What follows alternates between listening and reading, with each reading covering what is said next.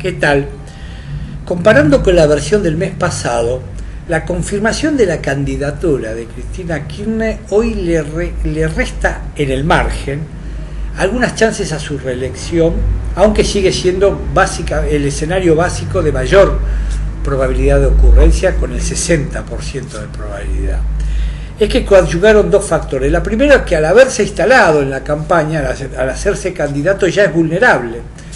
ya se expone a las críticas. Pero la segunda y básica es que, contrariamente a lo que sugiere la lógica política, Cristina, a partir del fallecimiento de su marido, inició un proceso de depuración de aliados que acaba de finalizar con el anuncio de su candidatura. Y digo que es la lógica inversa, porque generalmente se acumula aliados antes de las elecciones y ahora no.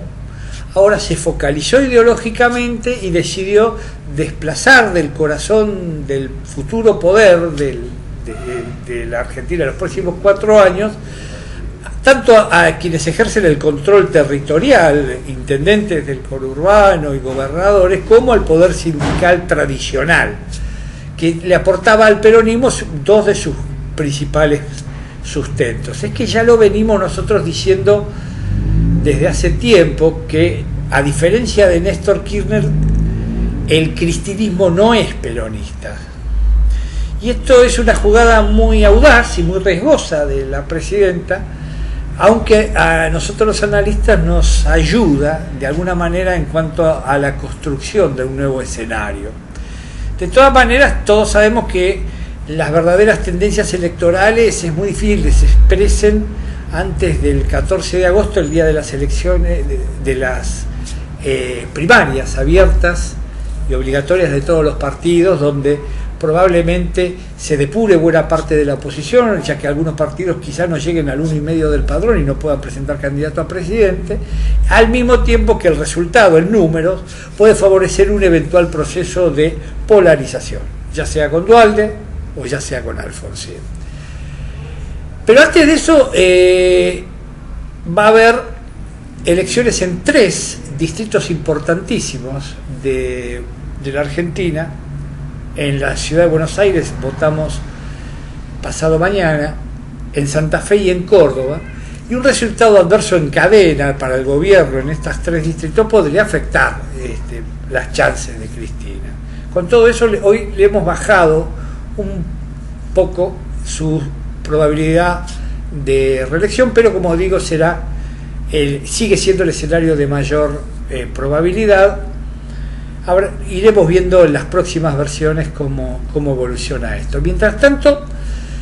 asumiendo que Cristina va a ejercer un nuevo mandato, asumimos que será muy pragmática, que mantendrá y profundizará el paradigma acá en materia de estatismo y mayor regulación sobre la actividad privada, al tiempo que avanzaría con el Fondo Monetario, con el Club de París e incluso con el INDEC, en tren de lograr el financiamiento externo que tanto necesita para que le permita eludir un ajuste del gasto público y poder gobernar así. Digamos, lo que se viene es una nueva ronda de endeudamiento público masivo, porque el corazón de la política económica no cambiará, pero sí estamos asumiendo un nuevo menú de instrumentos a partir de esta definición del populismo, que se cristaliza básicamente en una hoja de ruta que es el corazón de la versión de julio, porque analizamos lo que sería la hoja de ruta del cristinismo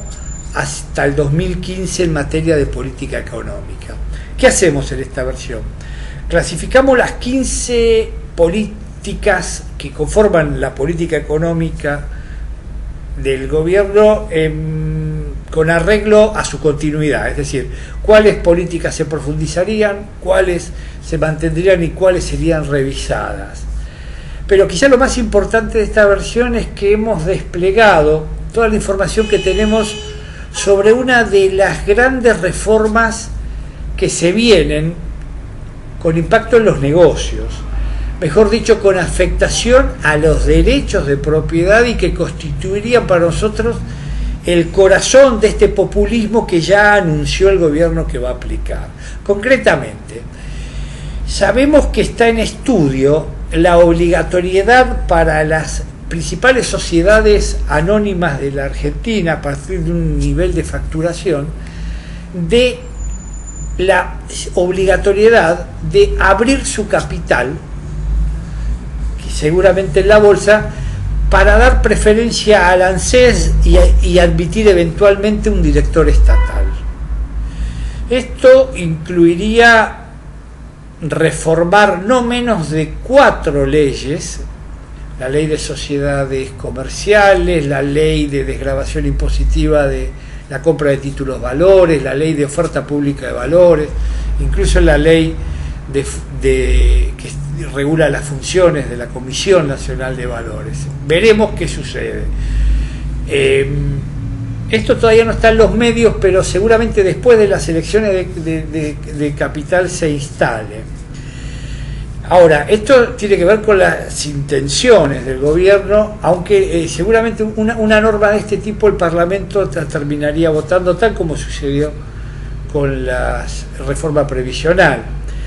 Lo que pasa es que esta hoja de ruta que establece el gobierno y que en el caso de avanzar este proyecto redundaría en un mayor control y acceso a la información privada por parte del gobierno, pero esta hoja de ruta, como digo, no es lineal. Nosotros conjeturamos que durante al menos los 2 primeros años del mandato seguramente Cristina no tendría mayoría en diputados y por lo tanto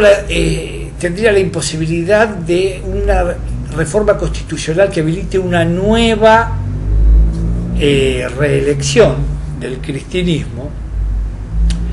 Es decir, estamos diciendo más o menos que el momento de mayor poder de Cristina sería el día de las elecciones, el día que gane las elecciones o el día que asuma, porque a partir de ahí se vería sufriendo un desgaste tremendo y una pérdida de poder que podría afectar la gobernabilidad y que en principio proyecta una transición mucho más compleja presidencial en 2015 que incluso la actual. Pero sin embargo estamos viendo que tanto los superpoderes como la posibilidad de vetar, como los DNU, con todo este arsenal el gobierno seguiría manteniendo intacta la arquitectura fiscal y política que diseñó Néstor Kirchner para operar con discrecionalidad el gasto público y sustentar con eso su poder. En síntesis, y yendo a los aspectos económicos, la versión de julio nos muestra claramente que en el mediano plazo un escenario que, aún sin puntos de fractura ni disparadas de estampidas del dólar, ni default, ni corralitos, habrá modestos resultados en materia de actividad económica.